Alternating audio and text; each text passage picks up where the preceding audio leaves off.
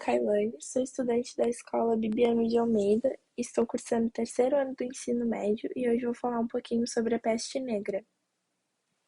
A peste, também conhecida como peste bubônica, a peste negra aconteceu no século XIV, no período da Baixa Idade Média. A pandemia surgiu através dos comerciantes, pois eles traziam embarcações com especiarias da Constantinopla e nelas continham pulgas e ratos. Contudo, naquela época as condições da Europa eram precárias. A população não possuía saneamento básico, como água encanada, coleta de lixo e muito menos rede de esgoto. Com a calamidade da saúde pública e higiene, a doença se proliferava de forma mais rápida e para outras regiões. A sociedade tinha o costume de descartar os lixos domésticos pelas janelas, assim como as próprias fezes, com o intuito de retirar os resíduos e os dejetos espalhados pelas residências e ruas. As pessoas criavam porcos para que eles comessem os detritos. Esse cenário servia para a multiplicação dos roedores e das pulgas. A bactéria. Dessa forma, iniciou-se a transmissão da peste negra pelas mordidas das pulgas dos ratos. Outro meio de contaminação era pela proximidade com pessoas infectadas, ou seja, o contato corporal ou pela tosse com sangue e espirros, os estágios mais agressivos da doença. Yersinia pestis é um cocobacilo gram-negativo, em forma de bastonete, imóvel e sem esporos. É um organismo anaeróbico facultativo que pode infectar o ser humano por via de pulgas de roedores. É provável também que tenha havido transmissão via piolhos. Efeitos do vírus da peste negra no corpo. Sistema linfático. Esse sistema é o principal afetado. O paciente apresenta dor de cabeça, sonolência, intolerância à luz, apatia, vertigem, dores nos membros e nas costas, febre alta e delírios.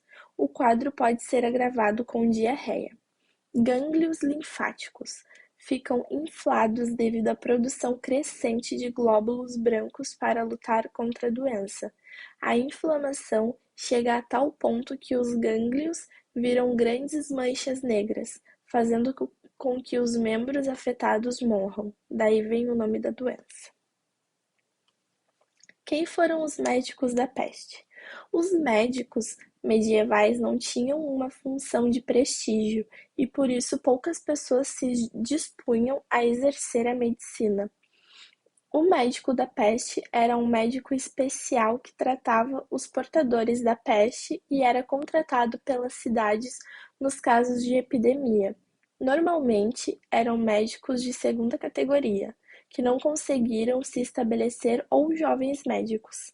Havia muitos casos, também, em que eles não tinham nenhuma formação médica. Para se ter uma ideia, algumas das curas mais populares na época eram sangria, tomar ar fresco, beber água de boa qualidade, colocação de rãs ou sanguessugas nos linfonodos, utilização de grande número de chás e ervas, fazer orações e cumprir penitências, como por exemplo ser chicoteado, eram outros métodos de cura. Eles utilizavam máscaras, capas, chapéus de aba e luvas. A máscara, geralmente preta, tinha um formato de ave e era utilizada pois se acreditava que a praga se disseminava pelo ar. Alguns relatos afirmam que o caráter sombrio do traje poderia deixar menos atrativo ao agente infectar a pessoa. A máscara tinha abertura nos olhos, de vidro, e um bico onde eram colocadas especiarias: hortelã, erva cidreira, cravo, palha, perfumes e pétalas de flores, que serviam de filtro para impedir que o miasma entrasse na máscara e para conseguir suportar o cheiro constante de corpos em putrefação. Uma coisa era certa: onde esta macabra figura fosse avistada, era sinal que a morte estava por perto e a peste havia se estabelecido. Sistema de quarentena. O método de isolamento social era bastante precário e levou muito tempo para acontecer da forma recomendada. Por isso, a luta para tentar reduzir a força, potência e letalidade da doença durou anos. Na Europa, as medidas de quarentena foram pioneiras. Frente ao número assustador de mortes diárias, cada cidade estipulou uma organização baseada nas informações e condições presentes na época. Assim, o continente tornou-se uma referência.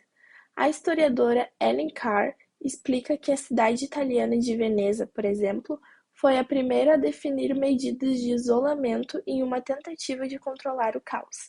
Inicialmente, os venezianos determinaram o fechamento de seus portos para os navios que chegavam. Segundo a historiadora, sempre que uma nova tripulação chegava na cidade, era obrigatório o cumprimento de um período de 30 dias em isolamento, o que logo se tornou 40 dias. Foi assim que nasceu a quarentena como conhecemos hoje. Chegamos ao final da apresentação.